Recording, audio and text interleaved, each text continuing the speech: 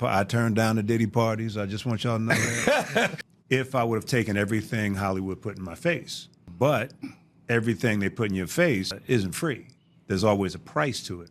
I don't mean just money.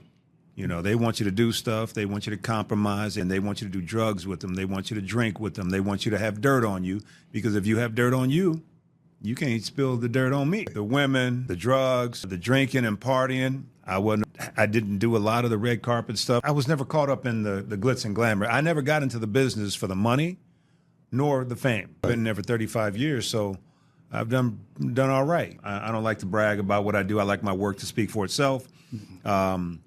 So it took me a while to even realize when people say, man, you're on TV. We watch you all the time, man. Yes. You're famous. Like, well, I ain't famous. You know, I mean, Will Smith is famous. But then we get to the why, like you just said, I've turned down so much. Yeah, I could have Will Smith money, and I could have Keanu Reeves fame if I would have taken everything Hollywood put in my face. Yeah. But everything they put in your face isn't free. There's always a price to it. I don't mean just money. You know, they want you to do stuff. They want you to compromise. They want you to be on team, whatever it is, and they want you to do drugs with them. They want you to drink with them. They want you to have dirt on you, because if you have dirt on you, you can't spill the dirt on me.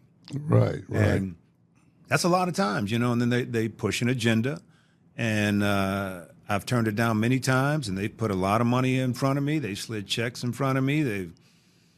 I got a phone call. Actually, I ran into a producer friend of mine, and he said, man, we were at the studio today. I won't say the name of the studio, Warner Brothers. We were at the... Sounds like Warner Brothers. Oh, sorry. Yeah, Warner Brothers. Okay. No, he said, man, your name came up at the studio today, man. It was a big meeting, and it's a big movie. And everybody was like, yeah, Randy Goodwin, man, Randy. Then the big dog said, yeah, I know Randy. I know who he is. He's very good, very good. But he won't drink with me. I don't trust anyone who won't drink with me. Wow. And then this producer broke down what that meant. He said, it means if you don't drink with him, there's never a chance that you'll get drunk. And if there's never a chance that you'll get drunk, or that something can be slipped into your drink to put you in a compromising position, right, then they fear you because you have no dirt on you. This is a well-known producer. If I said his name, you'd know it. Yeah. And I went, wow. And this is 20 years ago. And I went, wow. I go, it's like that? And they go, oh, it's like that.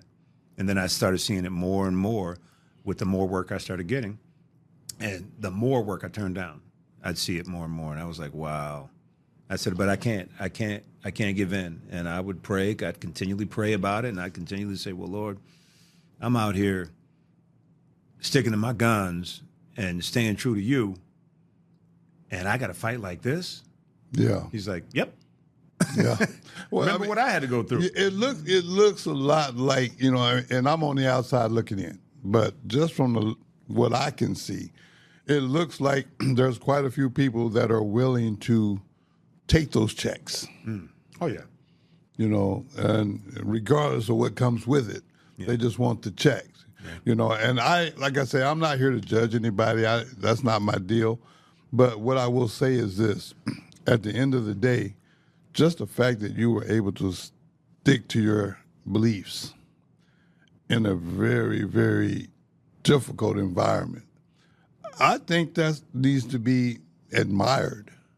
That's just my personal opinion, because I know you don't, I know you don't care about personal accolades. I already know that about you. But see, Randy, I'm this type of guy. I'm gonna give people their flowers while I can, because there's too many times when after the fact, now everybody wants to give you. I don't want to do that. You know, I want to be able to say, yes, my little brother. And I told him to his face. I even told him on my podcast, you know, how proud I was, because that's important. Yeah. Because as a society, we don't put a lot of emphasis on that. Now, if you go out and do something that's compromising, we'll give you plenty of credit. We got cameras for that. Right. You know, if you go out and commit a crime, so to say, Hollywood actor Randy J. Goodwin was. Oh, yeah. Yeah, but you know, if Randy does something on a positive tip, I guess that doesn't help the ratings as much. No. I don't understand why negativity gets so much attention, but I get it now, and each day I start to see more and more. Yeah. And it makes sense to me. Well, people like to see people fall and fail. People love to see other people fail. That's their own flaws. That's their lack of confidence or whatever it may be. But they want to see train wrecks, and they want to see that it ain't them. Right. You know, so they're quick to throw something at you, or even just put a label on you that's not even true. Right. I've already gotten that right here in Omaha. Yeah. You know, coming back, because what you're talking about, you know, having integrity in Hollywood was the main reason I wanted to come back to Nebraska and build the film industry here with my friends and family. You know, and that's something else that I want to get to. I know that this is home. I respect that.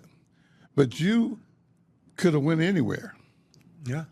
And done what you're doing. I mean, you could build a film industry in a different state. I could have, yeah. Yeah.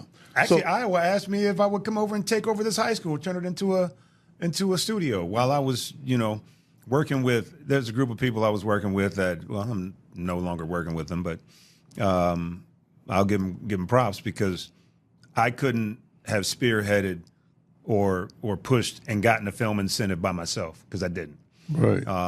Fallen Giant, yeah, that's by myself. I built this. Right. This is my company. Right. But the film incentive that the governor signed last year, I was partnered with the Dig Site Productions. That's Stacey Heatherly, Dana Reeves, Ishma Valente, Kirk Zeller, that's my boy, and Kayleen Carlson. There's a few others. Kent Rogert, who was our lobbyist down there, and could not have done it without Senator Rita Sanders. Rita pushed that. Yeah, man, that's good people right there. Yeah. So we went down, testified. I would come back in town before I even moved back, and we would push this thing. How long had you been trying to get this done? Me, 20 years. Working with them, Yeah. 10 years. But to get this film industry up and running, you've been at it like 20 years? I've been at it for 20 years. And I know people say, well, there was a film industry here. No, there wasn't. Because, yes, you can shoot a film or say this. Okay, you played pro football. Mm-hmm. You played college football. You played high school football. You played Little League football. Right. So just because I pick up a football and run in the park, does that make me a football player? No. Exactly. I got you. These people, and I give kudos to those who are really trying to take it seriously. They're shooting a short film and then say, you know, film that 2 minutes long or 5 minutes long or 15 minutes long with their friends or with a small crew. And everyone says, hey, I'm a filmmaker. I've done 50 films. Where are they? Are they on TV? Are they on the big screen? Right. Are they on any of the networks that you've seen me on? NBC, ABC, CBS, right. It's a Fox, difference. HBO, Yeah. Showtime, Paramount Plus, Netflix. I mean, that's not difference. bragging. No, that's facts. me. Yes, that's facts. Yeah. Where is your work? Yeah. If you're just doing it for yourself and for your friends to show it in your basement, can you really say you're a filmmaker? Right. Or are you making an impact? Are your projects going out to the world? Isn't that what you want? Well, that's why I'm here to help you get there. But there's too many people who are resistant because they think they already know it and they've never been to Hollywood. Right. Well, you know, the one thing I was just sitting here thinking about is you told me this story, and I'd like for you to share it again. Uh-oh. Yeah, I'm going to put you out there. I think you were, I want to say you were probably 8 years old when you decided you wanted to make film. But you didn't. But everybody told you you were wasting your time. It was never going to happen, and you didn't have anyone that was already in position to really put you on. So you being the stubborn little brother that I have come to know you as, you figured out a way to get there. You knew at that age that you wanted to do this. Yes. That's amazing to me. Can you share that, though? Well, I got it from my mama. Got it from your mom, okay. Because my mom's stubborn. That is not disrespect. Now, you know she's going to hear this. I know she's going to hear it. She's going to say, I am not. Well, yes, I am. Well, that's my resilience in Hollywood, I definitely got from my mom. Gotcha. Definitely. Gotcha. A lot of people complain, and we did too. Boy, we got some whoopings. But it was 5 boys, 5 of us. My dad was the youngest of 14. Oh, wow. 10 boys, 4 girls. Wow, okay. And big family. So, we grew up with a lot of uncles, cousins. Mm-hmm. We fought, we played ball, all that. But I remember 8 years old, I did a play, Jesus of Nazareth. And special effects weren't that great back then. The mustache kept, and the beard kept falling off my face, and I kept trying to smooth it on while I'm talking. See what it does right there. And I'm trying to talk, trying to raise Lazarus from the dead. And the director says, Randy, just leave the beard. We'll put it back on when you get back here. Just say the lines. So I kept saying the lines, and it was just hanging on by a thread. I remember that. And I felt stupid. And I remember going back, and they put it back on, everything. I came out, did the play, raised Lazarus, talked to the apostles, all of it. And then afterwards, it was curtain call, and they brought everyone out, and everyone's clapping and cheering and everything. And then they brought me out, and it's like the cast just parted, and I stepped down. Everybody's like, it just blew up ovation. And I went, I don't know what just happened, but I want to make people do that for the rest of their lives. Wow, at 8 years old. Yeah, not for the rest of my life, for the rest of their lives. Gotcha. All of them collectively. And as I got older, I realized, you know what? I want to do this. I want to do this for real. Yeah. And I said to my parents, Mom, Dad, I want to be an actor. Oh, you can't be an actor. That's Hollywood. That's what's way out there. There's corruption out there. You don't want to be a part of that. You go to school for architecture. I said, but I want to be an actor. And I stuck to it. And all along the way, they kind of tried to steer me left. Education, church. I was able to do church and plays, a couple things like that, but for the most part, no entertainment. And then as I got into high school, I would sneak off and do talent shows, and you did a little comedian work too. Shade again. That's his fault. Shade was doing stand-up, and he said to me one day, hey man, I got a gig in Ottumwa, Iowa. This is in college. In Ottumwa, Iowa, you want to go? I said, yeah. So I went with him. We're there. Ottumwa, Iowa is where Tom Arnold, Roseanne's husband's from, and Radar from MASH is from Ottumwa, Iowa. That's their claim to fame. And we get there, and Shay is the opener, who is also the host of the show. He comes out, he does his warm up and then introduces each comic. Okay. So you have an opener, you have a feature, and then you have a headliner. Yeah. Opener does like 5, 10, 15 minutes. And then the feature does about 30 minutes. And then the headliner does about an hour, 45 to an hour. Well, I'm sitting there just kind of watching all the people come into the hotel in this little dive comedy club. And, I'm a people watcher. Yeah. And Shay and the owner of the hotel are having a conversation. I'm kind of listening, but I'm not. And he says, Shay, we got a problem. Feature act didn't show. We haven't even heard from him. He's like, oh, man, what are we going to do? He said, do you have enough material? And Shay goes, wow, 30 minutes. Ooh, I don't know, man. And, yeah, okay, I'll do it. And he goes, well, who's going to open? And Shay looks at me and says, Randy will do it. I heard him say, Randy will do it, which made the rest of the conversation start to become more clear in my head. And I went, Randy will do what? He said, do you think he'll do it? He goes, yeah, he'll do it. Is he funny? Yeah, he's funny. I said, who's funny and who's going to do what? He goes, you going to open the show? I said, no, I'm not. He goes, dude, we're going to Hollywood. Wow. We're going to Hollywood. If you could pull this off tonight, man, this is what you built for. I said, yeah, no. And then the owner said, I'll give you, you can have as much as you want to drink. I go, I don't drink. He goes, I'll give you a free room. I said, I'm staying in Shay's. He said, you'll make this much. I said, when do I start? He put that he dollar said 5 bill. minutes. And me and Shay stepped to the side, and Shay started running down, just some comic tips. And I was like, okay. He was talking about B words, burger, bacon, just hard, good, certain things are funnier when you say it. So choose your words wisely, blah, blah, blah. I was like, yeah, okay. Remember that exercise bike down in your mom's, in your basement, just covered in, just we were brainstorming, spitballing.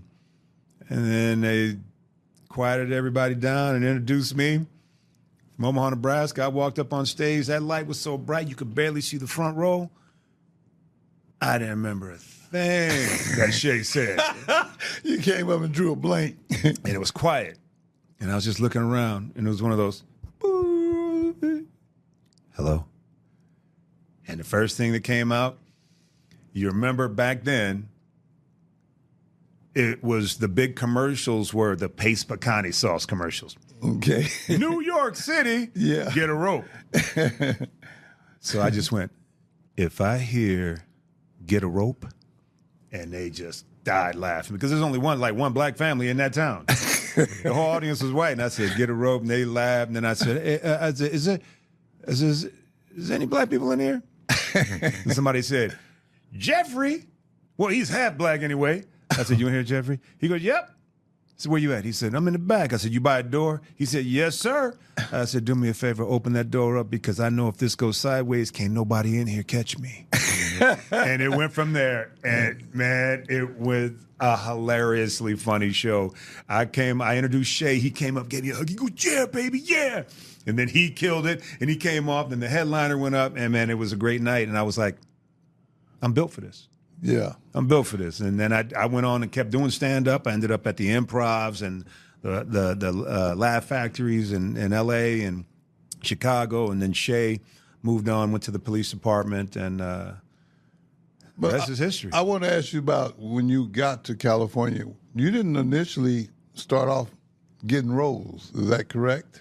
No. What was that process like when you first got there? If I remember correctly, and correct me if I'm wrong, but you didn't just go in and start getting lead roles. No. I didn't do it the way everyone else does it. They go in, they start getting acting classes. They start, they get showcases with casting directors that come in. I went in and I said, you know what? I'm kicking these doors open. Yeah. I'm going to let them know who I am. Well, the only person I knew was Christoph St. John, who played Neil on The Young and the Restless. He passed away a few years ago. He's one of my closest friends, definitely my closest friend in Hollywood. Mm-hmm. And Troy Allen, who was an exec at 20th Century Fox. He's the one who shepherded and got Blade made with Wesley Snipes. Mm-hmm. He was a producer on one of the execs that did Braveheart and all that. So those were the only two people I knew. And Christoph, just such a big heart, just started introducing me to people. Will Smith, Morris Chestnut, Jamie Foxx, Taye Diggs, Eric Braeden, all these people. He'd take me on the set of The Young, the Restless, and The Bold and the Beautiful. And then I got to meet all these, I'm just meeting all these people. And he selflessly did it. He wasn't looking like, I'm not introducing this dude. He ain't taking my... Right.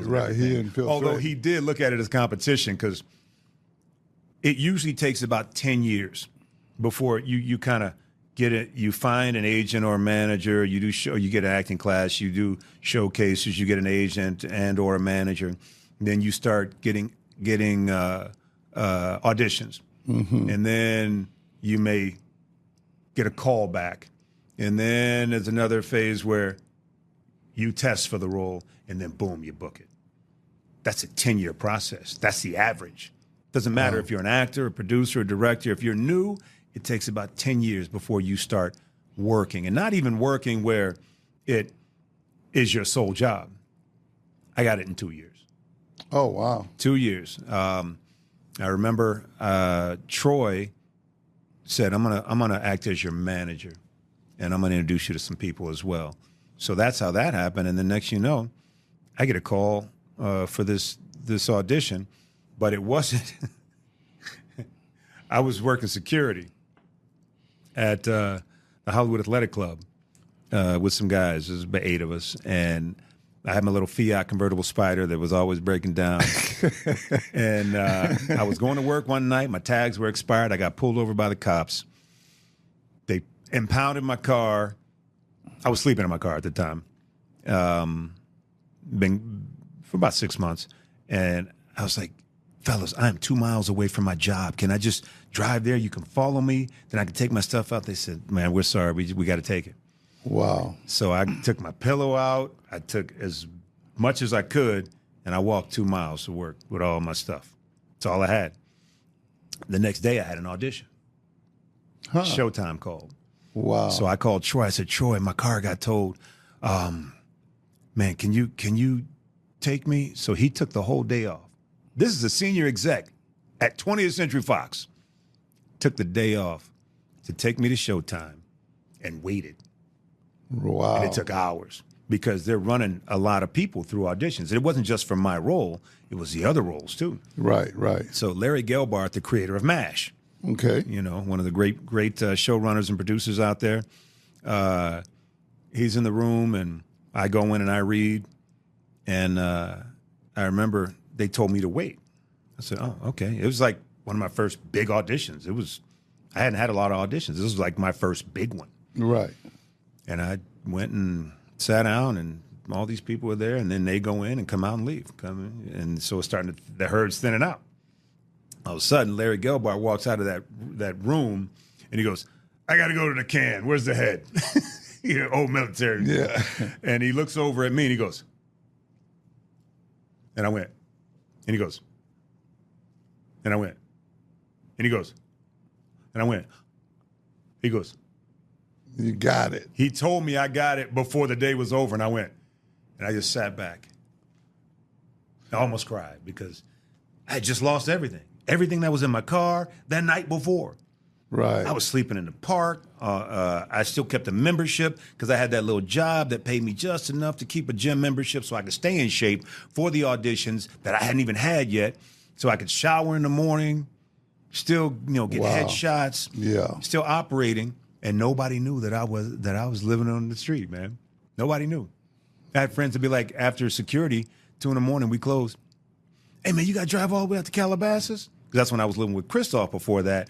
But I moved out because of the young lady that started hanging out with him, got him back into drugs and alcohol and all that. And I couldn't be around it. Right, And I right. told Stoff, man, if you're going to be doing that, I got to roll. So I left without a place to go. And I was sleeping in my car. And I was like, you know what? You got to do what you got to do. Wow. I said, God built me for this. I'm sticking to it.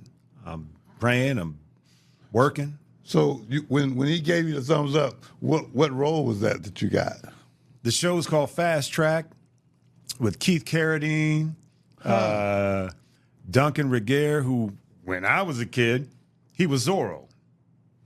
He was that Zorro. Yeah. Yeah. We watched him. So I'm like, man, I'm on the show. Fred the Hammer Williamson. Yes. Yes. So I was the young dude. I rolled into this show. We shot in Toronto. It was for Showtime. Had great ratings first full season, 22 episodes. And it's funny because this is the only time I will reveal, because I ain't telling y'all what I make today. But that show in 1997, I remember my agents negotiating, and they called me. They said, we settled on $17.5 a week. And I went, wow. I went $1,750 a week is not bad. Yeah. Because I was just sleeping in my car. Right. And she said, no, $17,500 a week. And I went, I said, hold on a second. I said, pause, and I was like, what? Oh, $17,500. And I went, wait a minute, $17,500, 22 episodes. I got back on, I said, okay, yeah, y'all can close on that. Yeah, go ahead and close on that. My mid-20s dude who's been sleeping in his car for a while. Yeah. Military, all that other stuff, and then just a jump. I realized something also as I continued on in this business. I used to say, man, why do we get paid? Why do actors get paid so much? Because you as a cameraman, you can make about $4,000 a week. Yeah. Right. I'm making Right. 10 times that, 20 times, 100 times. It doesn't matter. Well, one, you're the face. They want to see you. Right. They don't want to see the cameraman. Correct. I But get that. I can't do any of that without everyone else.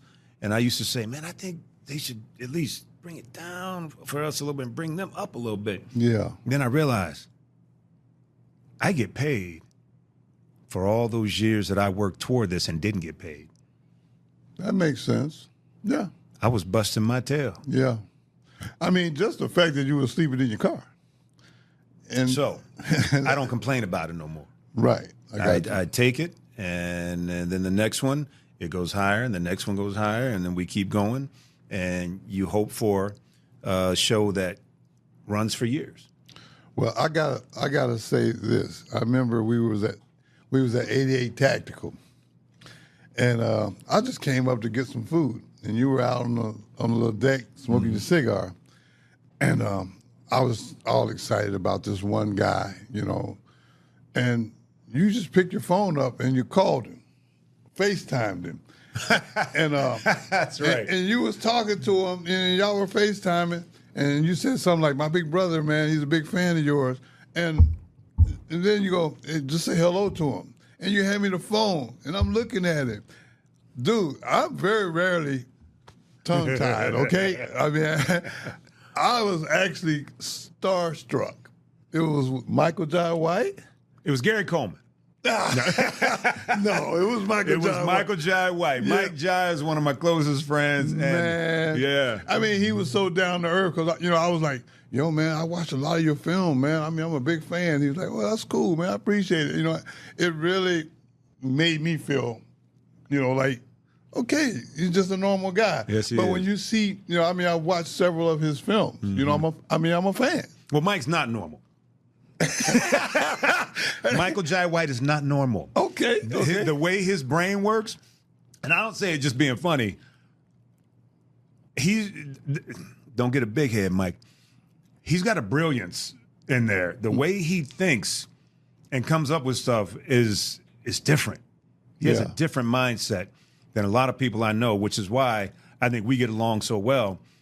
One, he's much funnier than people think because they think he's just this mean dude, martial artist, Yeah. Mike is one of the silliest cats. I mean, the jokes that he plays on people and the stuff we've done together on people, man, the show Punk'd ain't got nothing on us. Nothing. Well, hey, Randy, man, again, I just want to say thank you, for coming on. And this is the first show, man, and you made it really easy for me, and I just want to say thank you again. I always like to give people their props, man. I want everybody that's listening, man, if you could, check out my show, man. We're going to have a lot of different guests. I'm going to be plucking some of these stars from Randy's films when they come in town. I'm going to get Mike in here. What? Man, don't do that, man. You're going to make me all nervous and stuff. I promise. Well, hey, And look. Randy, I keep my promises. Hey, well, y'all heard it here. So tune in. Subscribe to the channel. Watch the show, man. Because we're gonna motivate people. We're gonna inspire people. And as you can hear with Randy's story, you ain't always at the top. You got to work your way up, and I'm going to tell stories like that. I call them redemption type stories, feel good stories, however you want to label them. But I want people to understand that even though you're going through adversity, because life is going to give you some adversity, I don't care who you are, you can still make it. And I want to promote that because that's positive to me. Well, you're one of the most positive people that I've ever met, and I love that about you because with what you've been through in your life, you could have just laid down, rolled over, just let it take you out, but you took it, and now you're helping a lot of people, and that is commendable. 3 a.m. Just you got time to give that for a second? Yeah. This man gets up, goes to bed early, gets up way early, hand writes responses to people, drinks from a prison coffee mug. I do this every morning for the last 15 plus years. I travel around the country speaking to anybody that needs me. I have a business partner. Her name is Kim Kelly, and she didn't like to be recognized, but I told her I was going to put her on blast. Yeah, she right there. Yeah. She's sitting off to the side. Yeah, she's sitting off to the side, but she thought she was going to get away clean. But anyway, that's who takes care of all the things that I hate to do. And I'm just really excited about what the future holds, man. So if you guys are interested in having me come speak, You now know how to get in touch with me. Yes. I want to say thank you for listening, and we'll see you guys next week. Every day you blessed to see. You got to look like somebody. Do that for yourself. Thank y'all.